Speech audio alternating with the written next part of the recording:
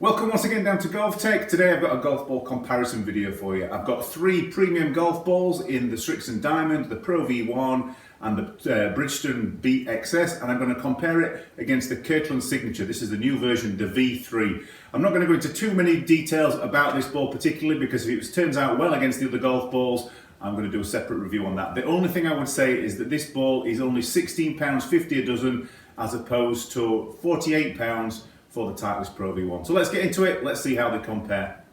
If you've seen a previous review that I've done, you'd know that I'm normally comparing 5 categories, and the one that I would add on to the end would be feel. But feel's very subjective. Some people like a soft ball, some people like a hard ball, so I'm going to leave that one alone, and we're just going to look at cost, distance, spin and durability. Well, we can do the first one, the cost. We know that the ProV1s are about £46 a dozen, Diamonds are about £35 a dozen if you shop around, same as the BXS. And the Kirkland are only £16.15 a dozen. So what I'm going to do is I'm going to rank them in terms of where they are. The score, or the ball with the lowest score at the end, will be the winner. First of all then, I'm going to do a spin comparison. I'm going to hit 2 shots, one from 50 yards and one with a full wedge. We're going to add those numbers up. We're going to take 5 shots with each, and then we're going to see which one spins the most. At this point, the golf balls don't spin too much, so the one with the highest wins.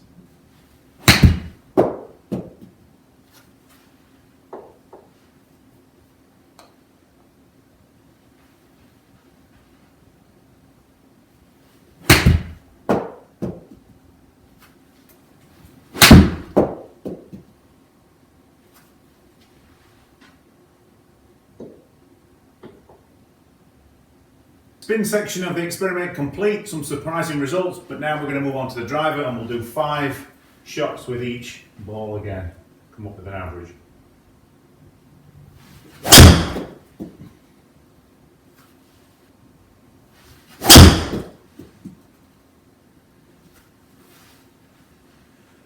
Just a note on the driver, I've only counted anything that would have hit the fairway, so within 20 yards left or right. And I've also taken total distance as the barometer because that is a blend of ball speed, launch angle, and also run out that I'm going to get the spin of the ball. So that's going to be a better test in terms of how far the ball goes. Okay, test complete then, and it comes down to durability. As you might expect in the studio, there's not an awful lot of wear. There's one little tiny scuff on the ProV1 from a wedge shot that hit. In fact, a little bit of the cover came off into the grooves. I've got fairly new wedges, and so that would be the only mark. Maybe a better test would be outside, hitting bunker shots, bouncing it off paths, hitting trees and stuff like that. But there's literally nothing between them. Quick note on feel, the Bridgestone feels the softest. The Kirkland probably feels the hardest, but there's not an awful lot of in it, and some of that is sound anyway. So let's have a look at the results regarding spin and distance. Overall results time then, and if you're interested, I'll put a better version of this chart at the end of the video so you can pause it and have a look at the actual numbers.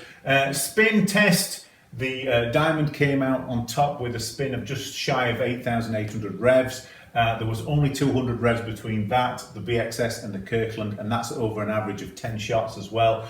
The lowest spinning ball was the ProV1. It'd be interesting to see if the ProV1X performed any difference. That might be something we do at a certain time. Distance-wise, the ProV1 was the longest, but only by 4 yards over the shortest, which was the Diamond and the BXS at 284, and the Kirkland sat in the middle at 285. Overall rank then would put the Titleist in last place, but that's locked down to the fact that it is so much more expensive, £46 to £48 a dozen as opposed to £16.50 for the Kirkland. And then the Diamond and the Kirkland produced the best results, but again part of that is down to the fact that it is a lower priced ball. But in terms of how the ball actually performed, very little in it. Couple of downsides to the Kirkland for me is that you've got to buy them in bulk, which doesn't really matter in the studio because I get through balls like crazy, so I'm going to buy a load of those in because I think they're going to perform really well, and I think that anybody who comes to use the studio will be equally impressed by them. And also at the moment you can only get them in yellow, which for me, I don't really like that, but I'm willing to overlook that at this point because they are so much more cost effective. Finally, keep an eye out for the full review of the Kirkland golf ball. That'll be coming up in the next few days. Thanks for watching.